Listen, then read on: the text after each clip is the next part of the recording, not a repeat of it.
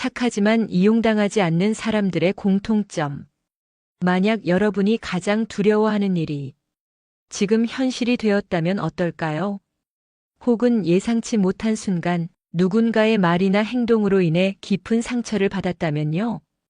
우리는 살아가면서 크고 작은 두려움과 마주하게 됩니다. 그리고 그 두려움의 많은 부분은 인간관계에서 비롯됩니다.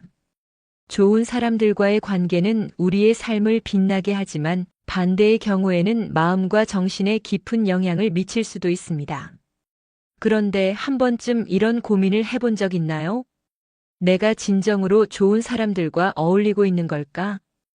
혹은 나는 좋은 사람이 되기 위해 노력하고 있을까? 오늘은 이 질문에 대한 답을 찾아가는 시간을 가져보려 합니다. 마음이 따뜻하면서도 멘탈이 강하여 이용당하지 않는 사람들의 특징을 살펴보며 우리의 삶을 조금 더 행복한 방향으로 나아가게 하는 방법을 생각해 보겠습니다. 착하다는 말, 그 이면의 의미. 어릴 적 저는 주변 사람들에게 착하다는 말을 자주 들었습니다.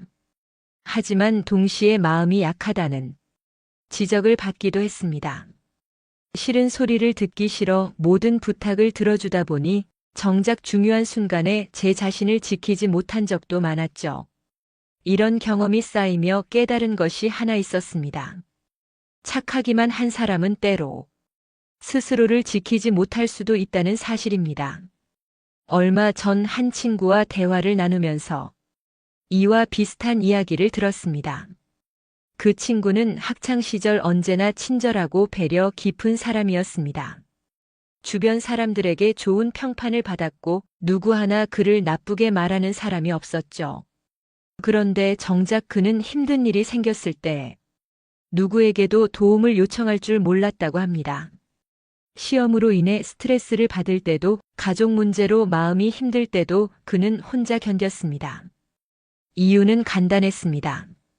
항상 괜찮은 사람처럼 보여야 한다는 부담 때문이었죠. 그러던 어느 날 그에게 정말 가까운 친구가 이런 말을 건넸다고 합니다. 내가 모든 걸 혼자 감당하려 하면 우리는 내가 힘든 걸 알 수 없어. 그러면 너도 우리도 행복할 수 없을 거야. 그 말은 마치 어두운 곳에서 길을 밝혀주는 한 줄기 빛과 같았습니다. 착한 마음을 가지는 것도 중요하지만 때로는 자신의 감정을 솔직하게 표현할 필요가 있다는 걸 그제야 깨달았다고 합니다. 진정한 강함이란? 이 이야기를 들으며 저 역시 깊이 공감했습니다. 우리는 종종 착하다는 것과 자신을 희생하는 것을 혼동하곤 합니다. 하지만 진정한 선함은 단순한 희생이 아니라 다른 사람을 배려하면서도 동시에 스스로를 존중하는 것에서 옵니다. 많은 사람들이 좋은 사람이 되고 싶어 하지만 그 과정에서 종종 자신의 경계를 잃어버리기도 합니다. 그래서 오늘은 마음이 따뜻하면서도 멘탈이 강한 사람들의 5가지 특징을 나누어 이야기해 보려고 합니다. 이 특징들을 하나씩 살펴보며 우리 자신을 돌아보고 또 우리 주변의 사람들과의 관계를 다시 한번 생각해 보는 시간을 가져보면 좋겠습니다. 오늘 이야기의 마지막에서는 위대한 철학자 아리스토텔레스가 남긴 한 문장을 되새겨 보게 될 것입니다. 덕은 극단이 아니라 중용에서 발견된다. 이 말을 마음에 새기며 우리의 삶을 조금 더 나은 방향으로 바꿔나가는 첫걸음을 함께 내디뎌 보려 합니다. 이제 착하지만 멘탈이 강하여 이용당하지 않는 사람의 특징 중 첫 번째 이야기를 나눠보려 합니다. 이들의 가장 두드러진 특징 중 하나는 바로 자신의 가치를 스스로 존중할 줄 안다는 점입니다. 여기서 말하는 가치란 단순히 성취나 외적인 모습이 아닙니다. 그것보다는 자신이 누구인지, 어떤 삶을 살아가고 있는지를 온전히 인정하고 받아들이는 태도를 의미합니다. 한번 이런 상황을 떠올려 보겠습니다. 한 사람이 회사에서 중요한 프로젝트를 맡게 되었습니다. 그는 최선을 다해 준비했지만 결과적으로 상사로부터 냉정한 평가를 받게 됩니다. 동료들 사이에서는 뒷말이 오가고 그는 점점 자신감을 잃어갑니다. 그런데 이 상황에서 2가지 서로 다른 반응이 나타날 수 있습니다. 첫 번째, 자신의 가치를 존중하는 태도. 어떤 상황에서 우리는 두 가지 반응을 보일 수 있습니다. 첫 번째 반응은 자신을 끝없이 비난하며 나는 왜 이렇게 부족할까? 라는 생각에 사로잡히는 것입니다. 이 경우 자존감이 점점 낮아지고 다음 도전을 망설이게 될 가능성이 큽니다. 반면 두 번째 반응은 조금 다릅니다.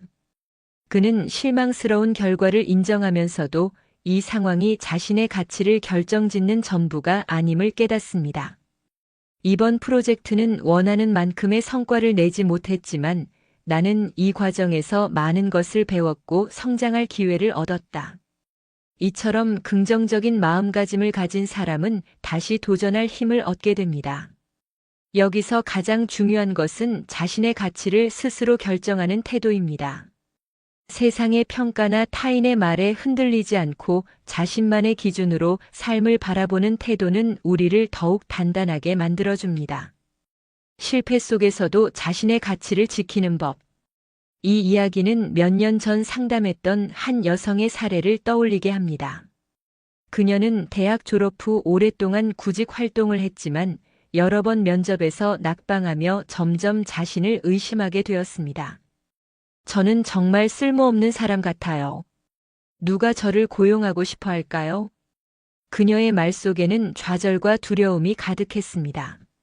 하지만 함께 대화를 나누며 그녀가 가진 강점에 대해 다시 돌아보았을 때 그녀는 작은 변화를 느끼기 시작했습니다.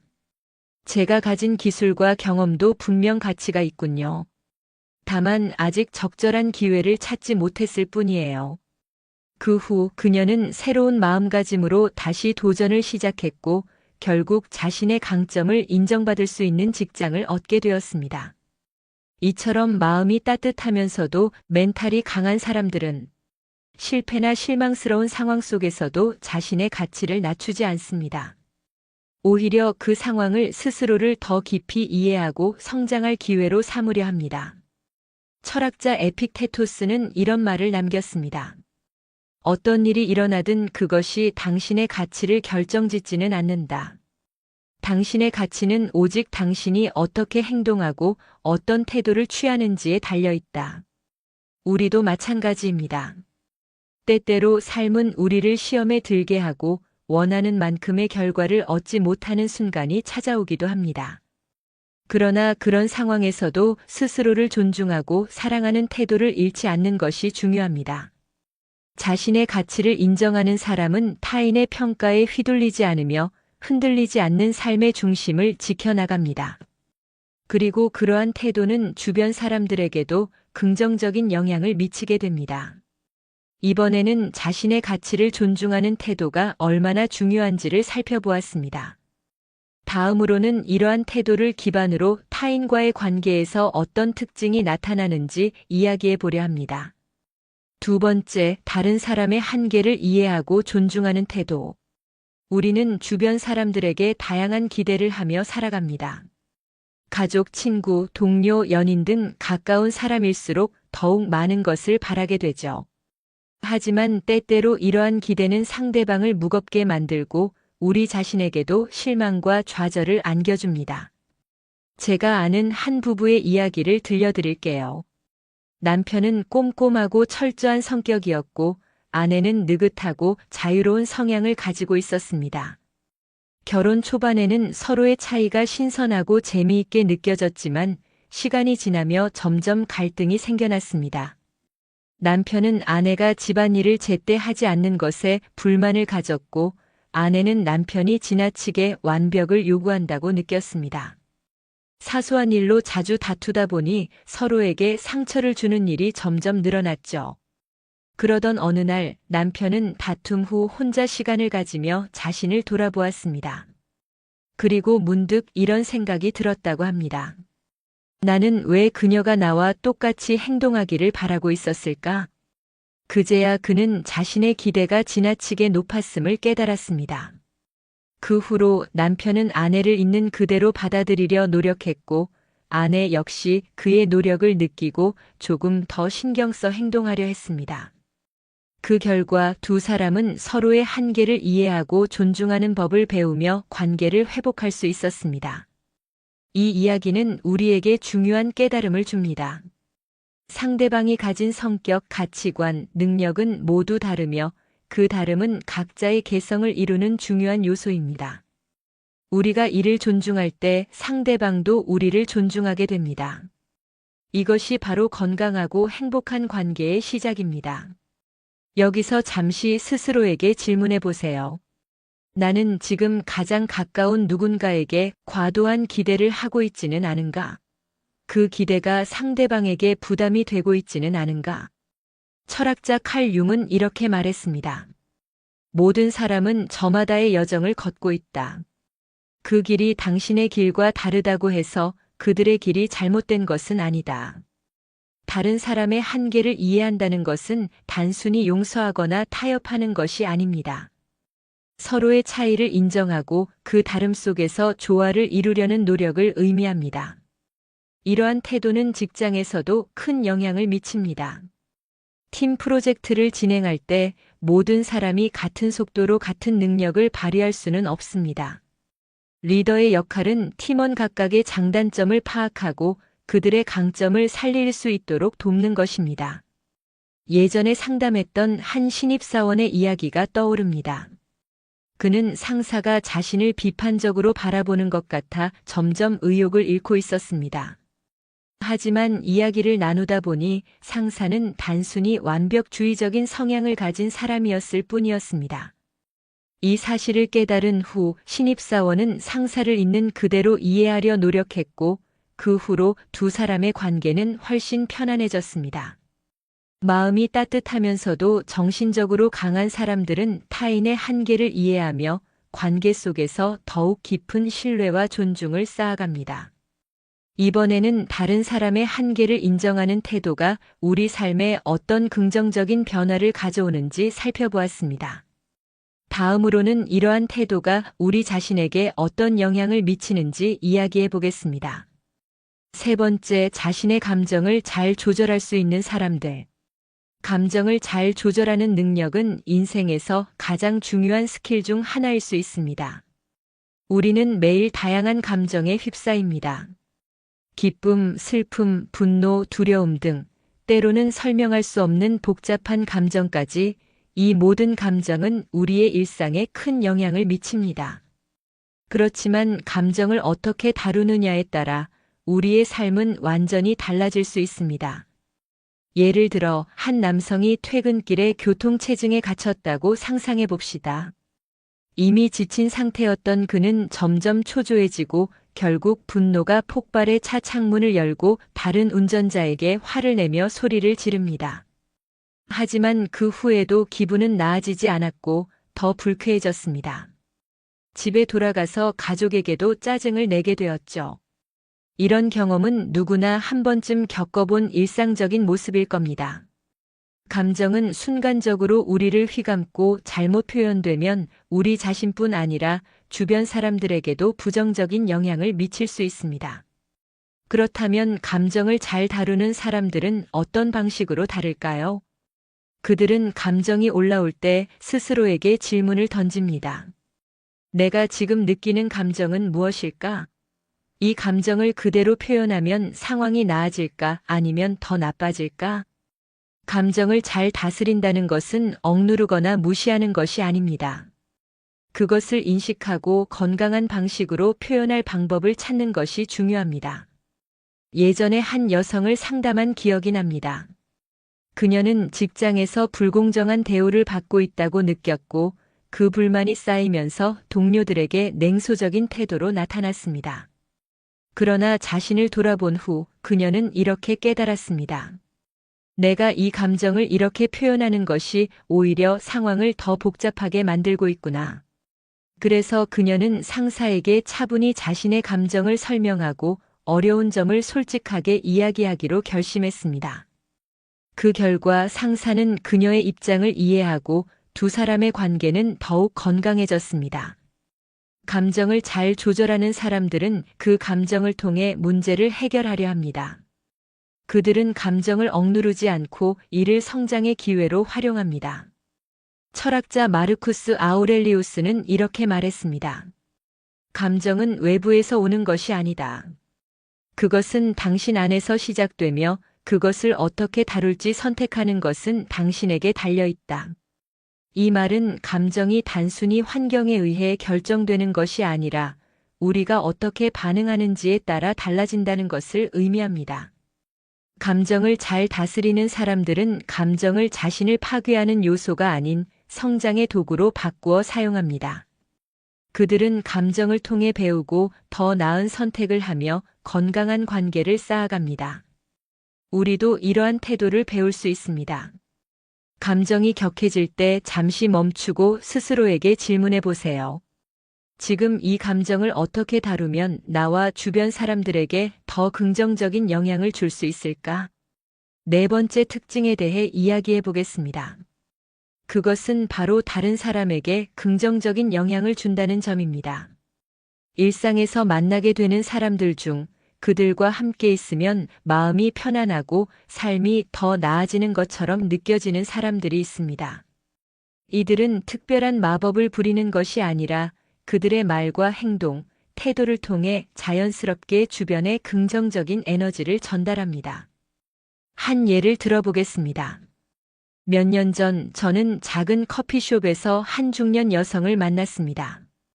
그녀는 그곳에서 아르바이트로 일하고 있었고 처음 보는 손님들에게도 따뜻한 미소와 세심한 배려로 그들의 기분을 살피는 모습이 인상적이었습니다. 그날 그녀는 한 노부부에게 창가 자리를 추천하며 이렇게 말했습니다. 이 자리는 햇살이 따뜻하게 들어와 기분이 좋아지실 거예요.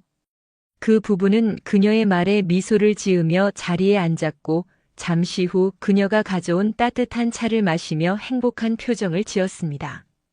이 이야기를 듣고 우리는 왜 그녀가 단순히 손님을 응대하는 수준을 넘어 그들의 기분을 좋게 만드는 데 신경을 썼는지 궁금할 수 있습니다. 그녀는 이렇게 말했습니다. 제가 하는 작은 친절이 누군가의 하루를 더 나아지게 할 수 있다면 그것이 바로 제가 이 일을 하는 이유입니다. 이처럼 타인에게 긍정적인 영향을 미친다는 것은 큰일이 아닙니다. 작은 배려와 따뜻한 말 한마디, 그리고 상대방을 존중하는 태도가 때로는 큰 변화를 일으킬 수 있습니다. 한 철학자는 이렇게 말했습니다. 삶은 주변 사람들과 얽히고 얽힌 관계의 연속이다. 우리가 무엇을 말하고 어떻게 행동하느냐는 그 관계에 그대로 반영된다. 이는 우리가 하는 행동과 태도가 결국 우리에게 돌아온다는 뜻입니다. 타인에게 긍정적인 영향을 미치는 사람들은 결국 자신도 그 긍정의 영향을 받으며 더 행복한 삶을 살아갑니다. 직장에서도 이러한 사람들은 분위기를 변화시키는 중요한 역할을 합니다. 회의에서 모두가 긴장하고 있을 때 따뜻한 농담 한마디로 분위기를 풀거나 동료가 실수를 했을 때 그 실수를 격려와 응원의 말로 감싸는 모습은 팀을 더 건강하고 생산적으로 만듭니다. 저는 상담 중 한 남성이 상사와의 관계에서 긍정적인 변화를 경험한 이야기를 들었습니다. 그는 상사의 지적에 화내는 대신 제가 더 나아질 수 있도록 도움을 주셔서 감사합니다. 라고 말했는데 이 말이 상사에게 큰 인상을 남겼고 그 후 두 사람의 관계는 점차 좋아졌습니다. 이처럼 긍정적인 태도와 말은 때로 예상치 못한 곳에서 큰 변화를 만들 수 있습니다. 그렇다면 우리는 어떻게 이런 태도를 배울 수 있을까요? 우선 상대방을 판단하기보다는 그들의 상황을 이해하려고 노력하고 작은 친절을 실천하며 그 자체로 기쁨을 느낄 수 있는 마음가짐을 가지면 됩니다. 주변에 긍정적인 영향을 미친다면 그것은 곧 우리 삶을 더 나아지게 한다는 사실을 기억하세요. 마음이 선하고 정신이 강한 사람들은 그들이 속한 공동체를 따뜻하고 긍정적으로 만듭니다. 이번에는 타인에게 긍정적인 영향을 미치는 것의 중요성과 그 방법에 대해 이야기해 봤습니다. 이제 이 태도를 유지하면서도 스스로를 지키는 방법에 대해 이야기해 보겠습니다. 5번째 특징은 바로 자신을 지키는 경계선을 명확히 한다는 점입니다. 많은 사람들이 착한 사람이나 좋게 보이기를 원하지만 그 과정에서 자신을 잃어버리는 경우가 많습니다. 자신의 감정을 억누르고 누군가의 요구를 거절하지 못해 결국 자신의 행복보다 타인의 만족을 우선시하게 되는 것이죠. 그렇다면 마음이 선하고 정신이 강한 사람들은 어떻게 자신을 지키면서도 타인과 좋은 관계를 유지할 수 있을까요? 그들은 경계선을 설정하는데 두려워하지 않습니다. 자신을 돌보는 것은 결코 이기적인 행동이 아니라는 것을 잘 알고 있습니다. 아니요라고 말하는 것은 상대방을 거부하는 것이 아니라 자신을 보호하기 위한 중요한 표현이라고 이해하죠. 제가 상담 중 만난 한 여성은 친구와 가족들 사이에서 항상 도와주는 사람으로 불렸습니다. 누군가 부탁을 하면 자신의 스케줄이나 감정을 고려하지 않고 항상 먼저 수락했죠. 하지만 시간이 지나면서 그녀는 점점 지쳐갔고 주변 사람들은 그녀를 배려하지 않으며 그녀는 고립감을 느끼기 시작했습니다.